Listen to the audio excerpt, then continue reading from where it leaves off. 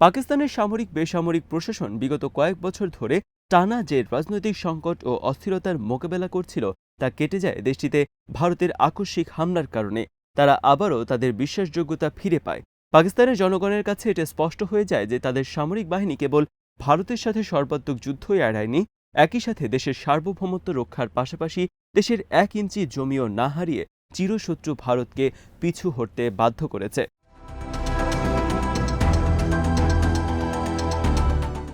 সবচেয়ে গুরুত্বপূর্ণ বিষয় হচ্ছে যুদ্ধংদেহী মনোভাব প্রদর্শন বা আচরণ না করেও এসব সুবিধা অর্জন করেছে পাকিস্তান। পেহেলগাম হামলাকে ব্যবহার করে আন্তর্জাতিক সমর্থন আদায়ের মাধ্যমে পাকিস্তানের ওপর চাপ সৃষ্টি করার যে কৌশল বেছে নিয়েছিল ভারত, তা উল্টো পাকিস্তানের জাতীয় সংহতি প্রতিষ্ঠার পাশাপাশি জাতীয় প্রতিষ্ঠানগুলোর অবস্থানকে আগের চেয়ে অনেক বেশি শক্তিশালী করেছে।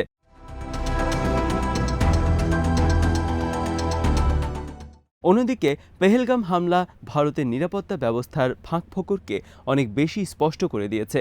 দেশটির জনগণের সামনে একই সাথে এই হামলা যে পাকিস্তানকে ঘায়েল করার জন্য মোদী সরকারের একটি সাজানো নাটক, তা নিয়ে খোদ ভারতেই বিস্তর আলোচনা হচ্ছে।